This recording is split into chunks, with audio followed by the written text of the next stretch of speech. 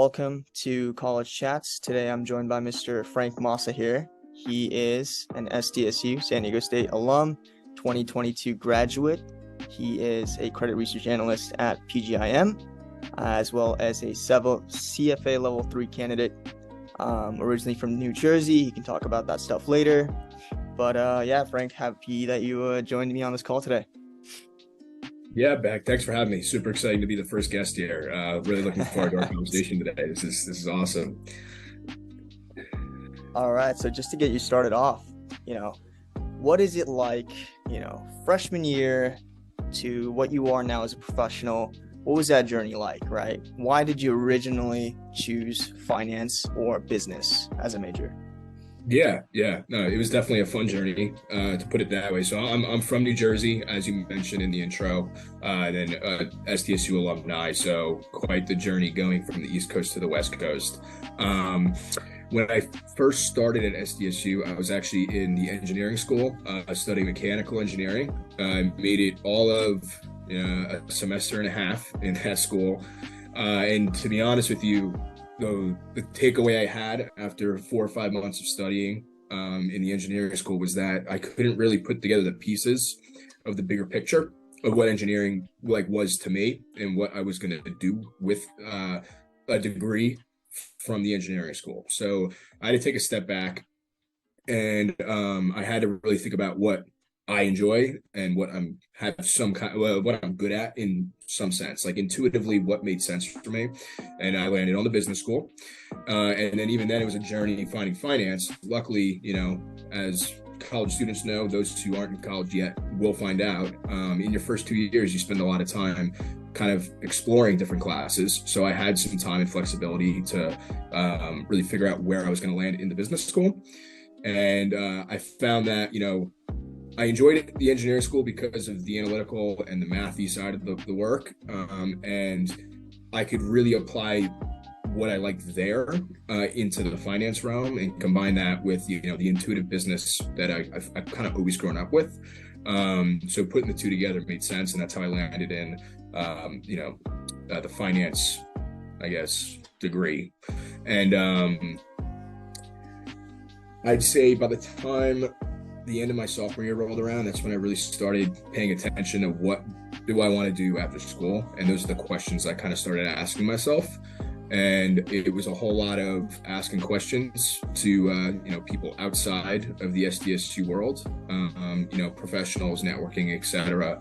And also doing a lot of my own research, like what's the different areas you can go into outside of school, right? You got things like corporate finance, asset management, banking, etc. There's a huge world of possibilities for where you're going to end up outside of school with a finance degree. So I found a real liking, or took a real liking to markets, and I knew that there was, a subset of areas I can end up in to be working with markets. So that's when I started pushing towards things like asset management and, the sell side banking world. And one thing led to another after, about a year and a half of networking and really, applying myself to my classes and applying to hundreds of jobs. I finally landed my gig that I'm at now at PGIM Fixed Income out on the East Coast, working in asset management. So it was a lot of, patience, and, the networking piece was big, and connecting with the street, because I would say talking to people who have been working in the industry for a while was like a very big push for me, because they would explain it best. The internet's great and it's really helpful for narrowing it down, but that was probably the big piece for me getting into this world. And yeah, I'm really happy with where I've ended up. So it's been a fun journey. And there's a lot more that happened in college too. Happy to go more in depth with that kind of stuff, social aspect and how to apply that to, life after school as well. But that's kind of like the quick elevator pitch of how I got to where I am now. Yeah, that sounds perfect. And then along the journey, you did mention engineering and how you transitioned to finance, both majors that can get technical, right? So how did you kind of balance the school and learning aspect with, again, social life, all the different organizations maybe you were part of? Because again, college life is that those 4 years you can't really take back. So kind of how did you balance that with what you were trying to do professionally? Yeah, I mean, I think what it comes down to is it's just work, right? That's kind of the way you look at school. And then you kind of throw in some other things outside of the social and the education piece. Like a lot of people are working their way through college as well. So now you got three things that you got to work through. But when you get to the point where you really find your niche area where you want to end up, or you take some kind of liking to a specific area in school, then you kind of have to look at your education as like this is a job. And if I'm going to really go all in on this and put all my effort in, then the rest kind of falls into place. You set yourself up with a schedule. There's no one there on your like tapping you on the shoulder to do these things. You kind of have to do it yourself. But you get yourself in a regiment with your classes, and then if you really do manage your time correctly during the week, that allows you to do what you would like to be doing on the weekends. That's kind of the approach I took. I really split my week and weekends up, so that the week was all work, and then the weekends, if I did my week the right way, I could go out and do what I really wanted to do, and that's, maybe going to the gym, going out to surf. Being at SDSU, that was a big thing I'd like to do out there. If you're involved with Greek life, that's going to take up a good amount of your time. So it really is a question of, are you able to manage your time? And I think that is, if you can put that together in your 4 years at school, that is something that will stick with you the rest of your life. And it's much more important once you're in the real world, because now you're not in the comfort or the confines of a school.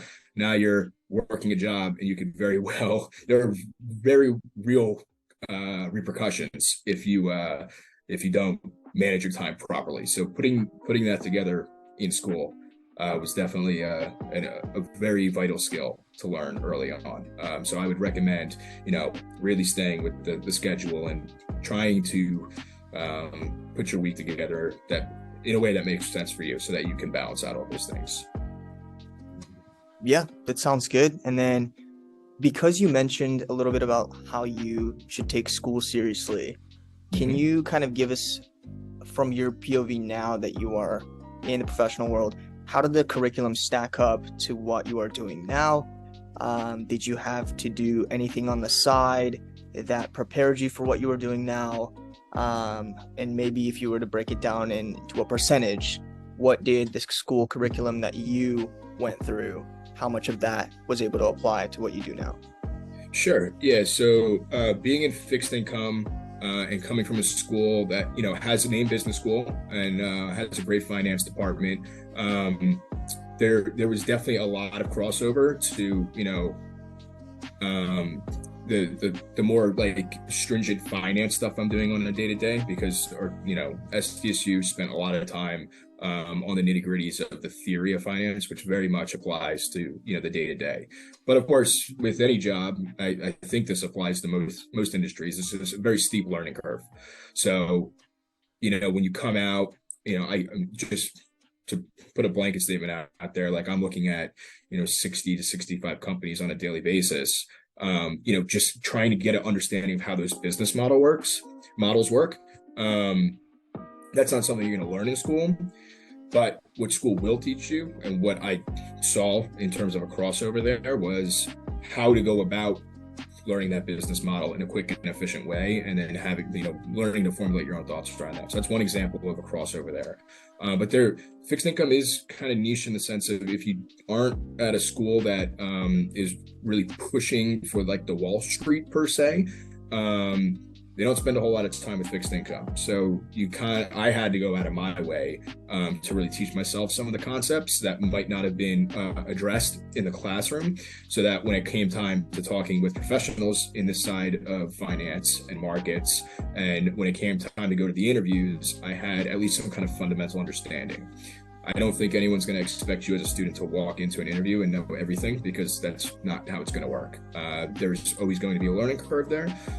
So you just got to be ready for that. But I definitely think there's a lot of crossover between what I saw in the classroom and what I'm seeing on the day-to-day now. That said, being a finance major working in finance, I work with plenty of people, and I've talked with plenty of people who do not have a finance background and work in finance, because the learning curve is there for everyone. Does it help having a little bit of educational background in the area? Yes, but you're going to learn way more on the job than you probably will in school. But it definitely, having a degree is vital to getting into this business, and yeah, spending your time with it is important early on. So that would be my piece there. Yeah, that's super helpful. And then you did mention the differences between learning on the job versus learning at school. Maybe we could touch on that just a little bit later. But before that, now that we're kind of wrapping up kind of your college experience, if you had this one magic button to redo it, would there be anything that you would have done slightly differently? And how would you approach that? Yeah, so like now that I'm like in this industry and I have a pretty good idea of where I want my career to go, there are some days where I wish that I had started looking into this earlier on. So I think if I had put together a game plan for what I wanted life to look like after college earlier than I had, I probably would have paid a little more attention to my grades. I probably would have been able to land a job closer to, where I want to end up in the longer term. I think there's certain things I could have done, like internships, externships, just to kind of like brace myself for life after college earlier on. Now, that said, there are a lot of other things to be paying attention to at school. You don't want to completely drown yourself in worries of what life's going to be like after school, because you're there for a reason. You want to have the social life, you want to have the education piece, and you want to try different things. So you won't be able to do a lot of those things if you say on your first day, this is exactly what I want to do after school, and no one's getting in my way of this, not even myself. Because you'll probably end up putting off a lot of things and missing out on things that you really, should be trying at school and experiencing, for that matter. So I think it's you got to take it with a grain of salt, and there's probably a way to do it. There probably is a way to go about it where you're not 100% committed on day one to what you think life will be after school. But I guess my thing is I wish I had balanced it a little bit more earlier on, because I would have had to put less work in at the end to end up where I am, if that makes sense. Yeah, that sounds perfect. And then now that you are where you are at PGIM, can you kind of give us a high-level overview of the company and maybe a little bit about the divisions that PGIM holds and where you specifically fit into that? Yeah, so PGIM, we're a global asset manager, and we deal in both fixed income and equity. Depending on the asset class you work in, because we also have things like real estate and alternatives, you'll be in a different part of PGIM Inc. So I land in the PGIM fixed income group. So we're only dealing with corporate bonds, government bonds, securitized products, etc., fixed income solely. And basically the way our business works is clients like pension funds come to us with a basket of money that needs to be managed, and we will be the fiduciary asset managers for that money. So we have portfolio managers who are constantly moving in, like we're active managers as well. So the money is moving in and out of positions quite frequently, so that we can take advantage of opportunities both short-term and long-term. And then we also have a lot of fundamental work, which is more of where I sit on the credit research side. So day-to-day working with the portfolio managers to make sure that the positions we have, we have a solid fundamental thesis behind those. So that's very high. Most asset managers are going to have a very similar framework. But if you think of the big names like BlackRock, or most of the banks have asset managers divisions nowadays, like JP Morgan Asset Management, Morgan Stanley. So some of the bigger names you've probably heard of. Very, very similar business model. So that's what we do over at PGIM. And happy to go more in depth on what I do, but yeah. Yeah, that sounds good. That's helpful. And then as far as maybe a high level view of maybe your day-to-day breakdown, what would be kind of the breakdown of what you would do as sort of an analyst at a high level overview? No proprietary information involved. No, yeah, of course. I think it's simple in nature, in the sense of, there's public companies out there that issue corporate bonds, and we invest in those bonds. So as a fundamental shop, we have analysts that are looking at these companies on a daily basis because we have active positions and the prices in the market are moving, almost daily. So I help senior analysts cover two main sectors: capital goods, so think aerospace and defense, and telecom, media, and cable. So think like a name like Warner Brothers Discovery, right? So on a daily basis, these companies could be coming out with some kind of corporate news or some kind of corporate development that will be affecting the prices of these bonds. And we want to make sure that there isn't any deterioration in the fundamentals of the company, because we are invested in these companies and we want to make sure that we're ahead of news that could potentially be market moving, because again, the end game is to get positive return out of these positions. So, running financial models, making sure all the credit metrics are in the range we want them to be, and making sure that we're comfortable with the investment thesis we have. That's really what we're doing on a day-to-day basis. Now, I mean, all that diligence that you just talked about has to come with, specific preparation, doing internships prior to that, maybe doing anything in college that kind of led you up to, or like learning those different skills. So now kind of working backwards for a brand new student in college, maybe freshman, sophomore, that's now going up senior year, potentially moving into a professional career in this space. What are some best practices to land an internship, whether it be specifically in asset management or in just overall finance, you would say? Yeah, sure. I'd say, first, if there's a specific topic that you're specifically interested in while you're at school, try to spend as much time as you can getting comfortable with that topic, because in order to get a job, you got to be able to talk comfortably about whatever you're going for. So even outside the classroom, if you can spend, extra time getting comfortable with the topics, it's going to be that much more fluid when you're talking about it. And I think that's what employers are looking for. On top of that, I mentioned this earlier on the call, but, I really can't stress enough the networking piece. Not every person you connect with is going to be the one that's like hammering the table trying to help you get a job. But those people that are willing to pick up the phone and at least walk through what their experience has been like is really going to help you kind of formulate what you want your experience to look like. And on top of that, I think it's a really good skill to have, being comfortable reaching out on a cold basis to people you don't know, but are doing things similar to you. And getting comfortable with one, rejection, or two, speaking to people that you don't know. There's no warm lead there.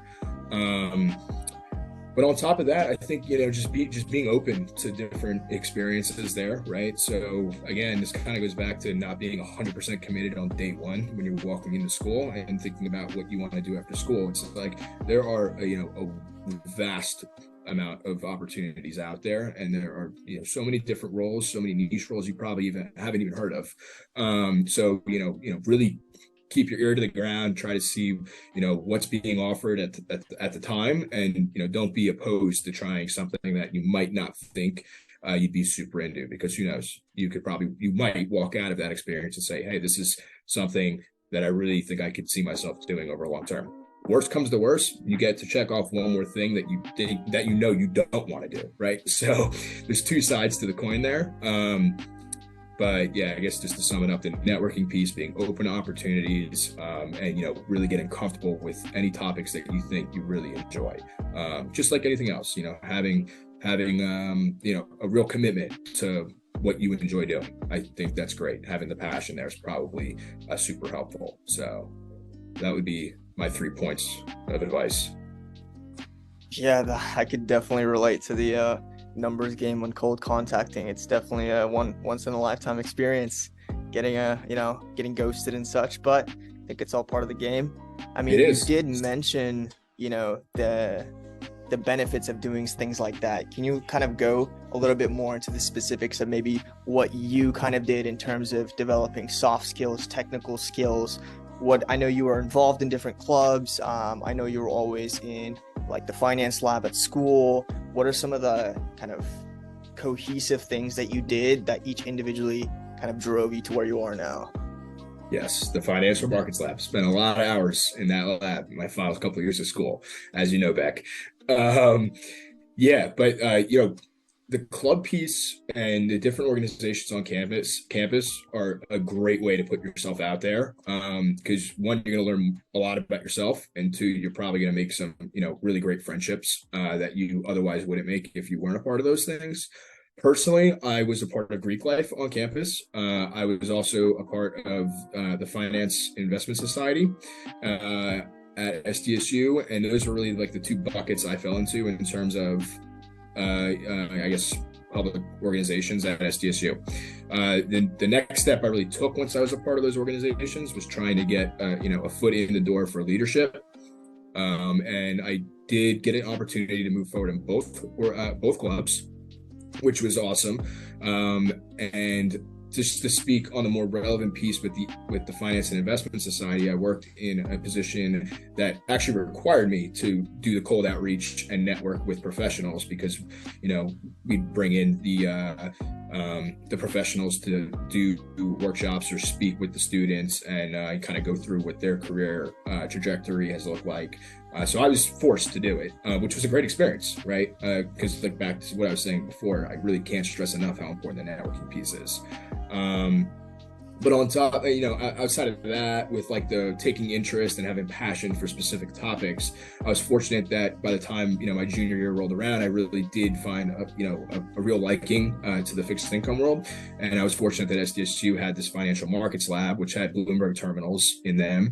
And I spent a lot of time on those terminals because the fixed income world wasn't necessarily fully covered at SDSU in the curriculum. So I had to go out on my own and spend my time really getting comfortable with the topic on my own. So the Bloomberg terminals in the lab were super helpful. And, there's probably some times I overdid it and probably got myself too deep into a hole of questions I couldn't answer as, a 19, 20-year-old student. But that's okay because, questions are great. And if you can get the answers to them, that's awesome. If not, that's when you use your things like the network to try to get those questions answered. So yeah, the using the resources on campus, no matter what campus you're on, definitely gonna go ahead and recommend doing those types of things. And the club's very important because, like I said, you'll build those relationships that'll last you a lifetime, and it'll help you kind of figure out who are you going to mold into, right? And you start to ask yourself, what skills do I have? What skills don't I have? What skills do I need to get better at, right? So or build. So yeah, glad you brought up that topic. Those are some really important things I think all students should be looking into. Perfect. Yeah. And then one final thing, any last parting advice for your loyal fan base here that you're about to get from this super valuable interview? Yeah. I'm going to sound like a broken record, but I'm hammering the table. Put a spreadsheet together, go on LinkedIn, write down 40 to 60 names of people that you found just working at companies that you're interested in. Take down their profiles, send them a cold message on LinkedIn. I guarantee you, not all 60 are going to get back to you. But if you can get at least 3 to 4%, you're in line with everyone else in the world who's doing exactly what you're doing. So really shoot to get as many names on that spreadsheet as possible. Do the cold outreach. Don't be disappointed with any rejection, and take advantage of the people who get back to you, and really try to use them to help you, because eventually the world comes around in circles. People will be reaching out to you when you are in your 30s and 40s, and you can potentially help other students get into the industry. So networking. I will leave it with that. There you go. That's awesome. Yeah, that kind of wraps it up for my questions there. If I were to give my quick 3 takeaways from what I have learned from talking to Mr. Frank Massa is, number 1, try interesting things that you're interested in so that you can knock out what you don't like and keep honing in and focusing on what you do like. Number 2, treating school and independent learning like a job in itself and making sure that your calendar is structured and consistent. And number 3, which he stressed a billion times, was people and networking, because they can greatly impact the trajectory you're going on, and they could provide a lot of insight. Like, for example, I would used to even text Mr. Frank here about I was learning floating rates versus fixed rates, and I'd be like, Frank, what is this? And then he would help me out. But even on those silly things, you can always get help. But that kind of wraps it up for my top three takeaways. Mr. Frank Moss, thank you so much for hopping on the little call here. You were the first one to start this off, and I appreciate your time. Hey, thanks for having me back. Great chatting with you.